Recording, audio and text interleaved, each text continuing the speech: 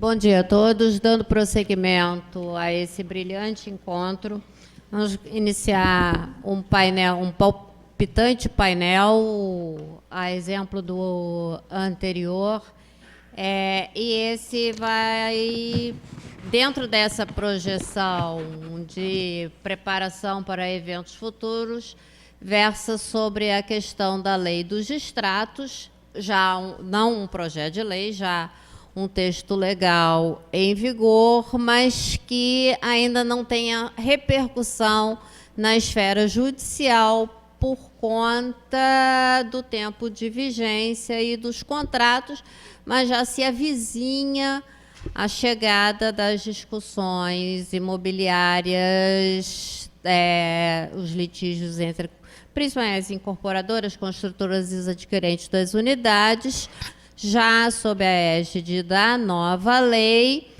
Eu não fico mais tranquila de estar aqui presente, porque quando os processos chegarem à minha Câmara para apreciação dos recursos, então eu já tenho alguns caminhos que eu vou deliberadamente copiar e colar aqui para nortear as decisões judiciais.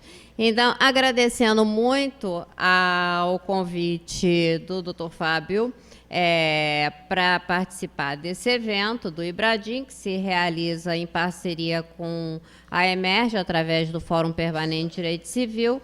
Eu tenho a honra de convidar os palestrantes Dr. André Abelha, Dr. André Roberto de Souza Machado, e o nosso debatedor, Dr. Armando Miceli, para compor a mesa.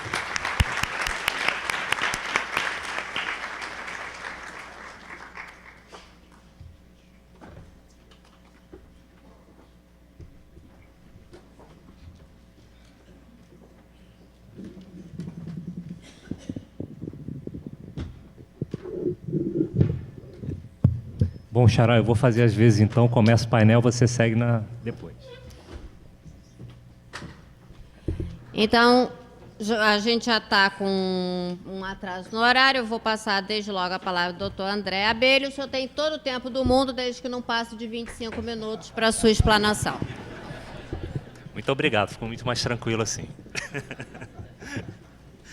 Bom, pessoal, então vamos falar de lei de distratos, né? Mas antes da gente entrar propriamente na lei, eu queria, já que essa lei ela primordialmente se aplica aos empreendimentos de incorporação imobiliária, né? Ela também se aplica a loteamentos, mas hoje aqui o nosso objeto de discussão é a incorporação imobiliária.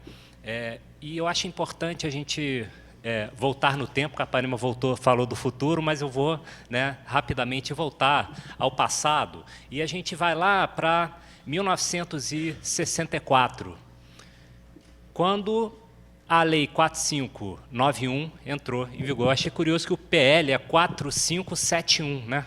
Imagina um PL 4591, o mesmo número da lei, enfim. Não teve a menor graça isso. Então, que comentário foi esse? Então, em 1964, o Brasil ele vivia ainda um período de urbanização, dos brasileiros indo para os grandes centros urbanos. Se a gente for pegar as principais capitais do país, olhar São Paulo, ainda em desenvolvimento, pleno desenvolvimento urbano, Belo Horizonte, ainda com poucos prédios na capital, Rio de Janeiro, se a gente olhar a Avenida das Américas, isso entre o Barra Shopping e o Jardim Oceânico. Essa é a Avenida das Américas, senhores, em 1964, quando entra em vigor a Lei de Condomínios e Incorporações.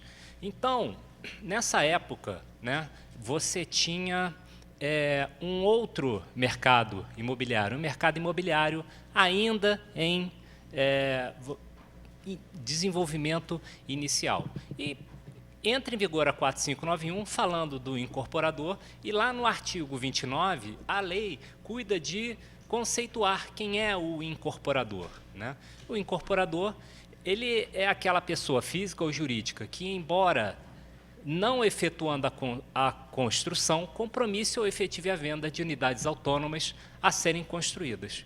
Então, vejam, o incorporador pode não ser o construtor, pode ser que ele contrate o construtor, e efetivamente é isso que costuma acontecer, mas o papel dele é de gerenciar esse empreendimento, de, né, como mostra a imagem, funcionar como uma espécie de equilibrador de pratos. Ele estabelece relações com o dono do terreno, com o poder público para obtenção do licenciamento, com o corretor de imóveis, que é quem vai fazer a intermediação com os intermediários, com os adquirentes, com o construtor, com o banco, né, que vai financiar a própria construção ou a aquisição das unidades, com o mercado financeiro e, finalmente, com o cartório para o registro do empreendimento.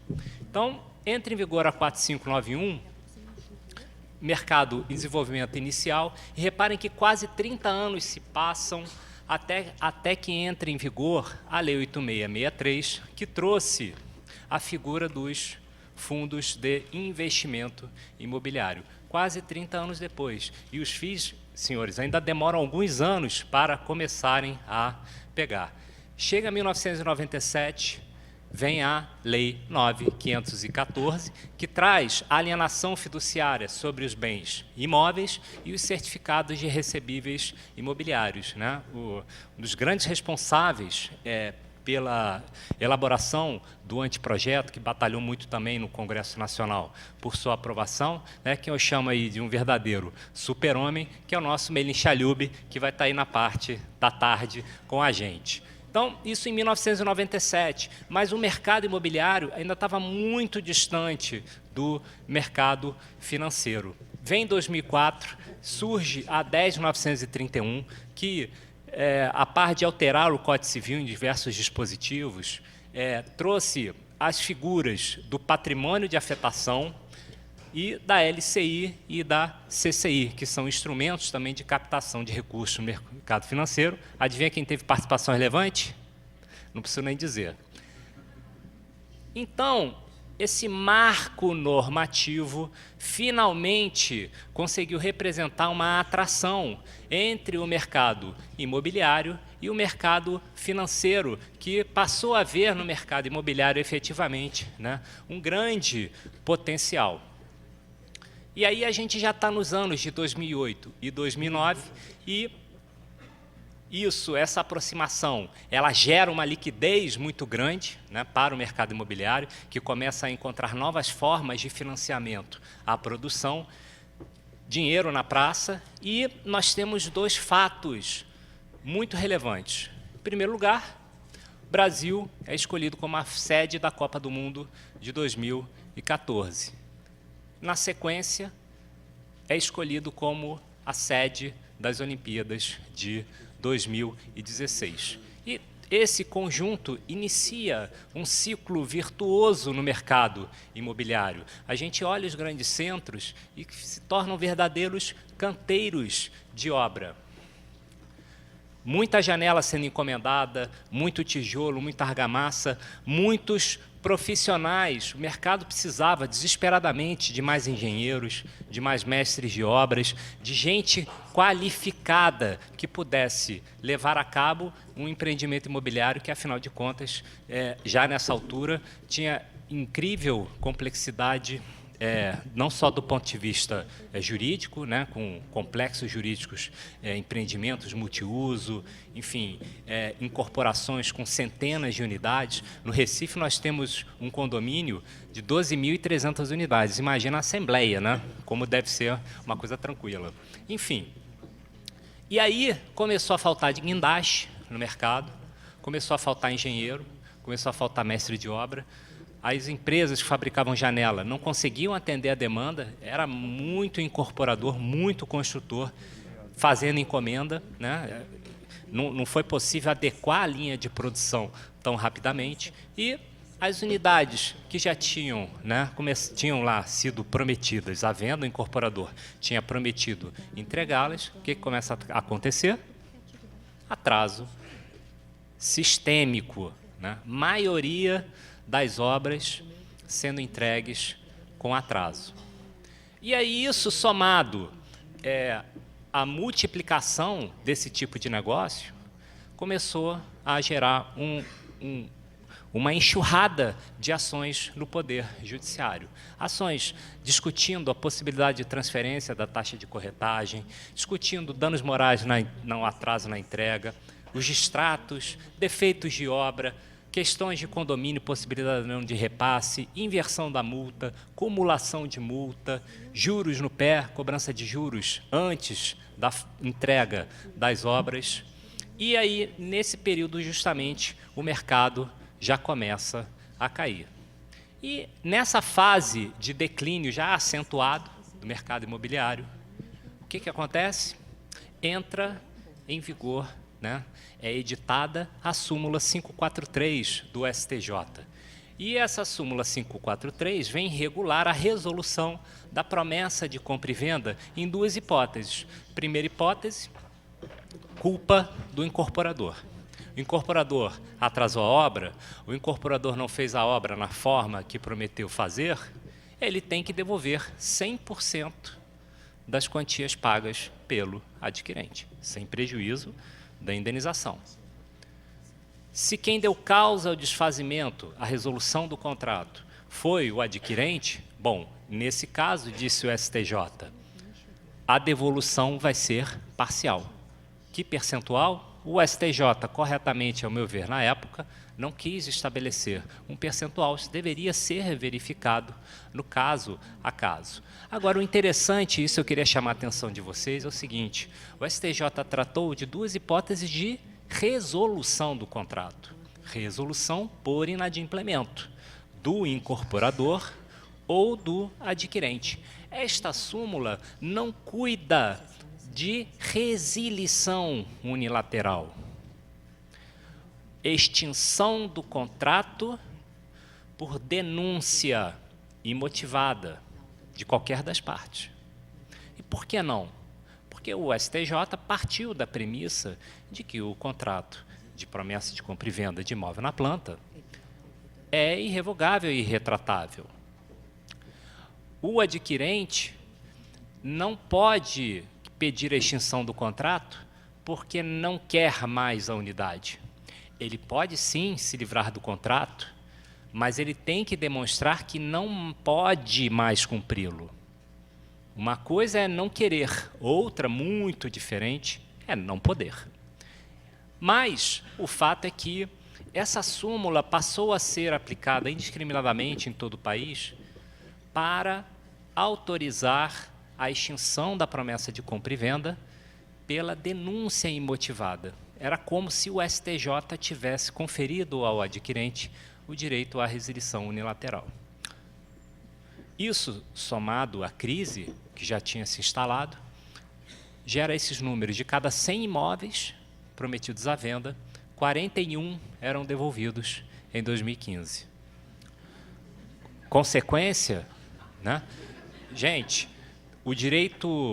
o período de carência da incorporação, previsto na Lei 4591, ele não foi previsto na lei à toa, né? Ele é um período de reflexão para que o incorporador possa averiguar o desempenho das vendas. Se as vendas não atingem determinado patamar, a construção de um edifício é caríssima. Então, o incorporador ele tem a faculdade, caso não consiga solucionar, né, a forma, se ele vê que as vendas não performaram, ele pode desistir da incorporação, devolvendo tudo o que foi pago pelos adquirentes até então. Mas, enfim, então o mercado que já estava ruim, piorou, né? As construtoras começaram a desabar em valor de mercado, mas, ainda pior, as grandes construtoras, incorporadoras, começaram a pedir recuperação judicial. E isso trouxe um prejuízo ainda maior para os adquirentes, porque as obras eram abandonadas e os adquirentes se tornavam, como se tornaram efetivamente, credores quirografários. Então, o adquirente tinha pago R$200 mil da sua poupança, ele ia receber, na média dos planos que são aprovados, 100 mil em 30 anos. Então, uma medida, né, que, afinal de contas, visava a proteção individual dos adquirentes que vinham a juízo, acabou prejudicando a coletividade. O mercado vira de cabeça para baixo e, nessa época, né, já como uma busca de uma solução, foi assinado o que se denominou de Pacto Global. Esse Pacto Global teve a participação do Ministério da Justiça, Ministério da Fazenda, aqui do Tribunal de Justiça do Estado do Rio de Janeiro, da OAB do Rio, e entidades de setor, Abrainx, Cebic, da ABAME, da ADEME Rio. E esse pacto tinha dois objetivos principais. Em primeiro lugar, reduzir a judicialização. Em segundo lugar, aumentar um pouco, na medida do possível, a segurança jurídica. O pacto, antes mesmo de entrar em vigor, ele já começou a ser adotado como parâmetro, inclusive em algumas decisões aqui do Tribunal de Justiça do Rio de Janeiro. Ele tinha a previsão de entrar em vigor dentro de 90 dias, mas começou então a sofrer uma resistência muito grande de órgãos de defesa do consumidor e foi engavetado. Ele não chegou a entrar em vigor, mas ele serviu como uma semente, né, um início de caminhada que foi fundamental para a elaboração e aprovação da Lei 13.786, né, que, enfim, o nome dela colou como sendo a Lei dos Distratos, embora ela primordialmente não cuide de distratos, e sim de resolução. Né? Primordialmente, ela cuida da resolução, embora ela mesma preveja que também certas regras vão se aplicar quando as partes fizerem o distrato, que é a resilição bilateral. É o contrato para extinguir o contrato original. E essa lei ela tem 5 principais alterações. A primeira delas em relação ao quadro resumo, né, que, em caso de... bom, em primeiro lugar, ela elabora em diversos incisos uma série de informações, né, são as informações mais relevantes daquele negócio, que o incorporador tem que colocar de forma clara no contrato, e esse quadro, né, tem gente que me diz, Abelha, como é que eu estou aqui com a dificuldade danada de fazer esse quadro resumo, porque aquela tabelinha do Word é um inferno, eu não cabe direito, eu boto Times New Roman número 4 e aí ninguém lê, enfim. Olha, não precisa ser uma tabela, não? O importante é que seja um setor do contrato onde ali as informações vão estar resumidas. E essa lei o que diz é que, caso o incorporador seja instado a completar esse quadro resumo, porque originalmente no contrato deixou de constar algum item que a lei exige, ele vai ter 30 dias para fazer esse aditamento, né, sob pena, e a lei usa uma expressão, no mínimo, curiosa, justa causa para rescisão contratual. Né? Então, virou quase uma relação trabalhista aqui. Né? Enfim, não sei se essa foi efetivamente a expressão mais adequada do ponto de vista civil. Segundo ponto foi o prazo de arrependimento, né, fundamental, a meu ver. Agora, o adquirente, se fez a compra no estande, que é o que costuma acontecer, ele tem 7 dias para refletir sobre aquele contrato. Ele pode chegar em casa, né, a mulher está esperando lá com um pau de macarrão, né, porque ele fez aquela compra no impulso, muitas vezes a compra é feita no impulso, agora não tem mais esse problema, não está, naquele momento, atado ao contrato. Ele pode, dentro desses 7 dias, desistir. A partir do 8º dia, aí sim, aquele negócio passa a ser irrevogável e irretratável. Terceiro ponto foi a cláusula de tolerância, que sempre foi uma grande controvérsia na jurisprudência. Né? A maioria da jurisprudência sempre entendeu que essa cláusula de tolerância de 180 dias era uma cláusula lícita, mas havia quem defendesse a sua abusividade. Agora, a lei expressamente diz que o incorporador pode, sim, estabelecer no contrato esse prazo de tolerância, né? É como se fosse um período de imunidade, né, durante o qual o consumidor, o adquirente, ele não pode exigir a resolução do contrato, nem o pagamento, enfim, de indenização. Então, o que está na lei? Diz que após os 180 dias, O adquirente tem direito à resolução do contrato, claro, com direito à devolução integral do que pagou,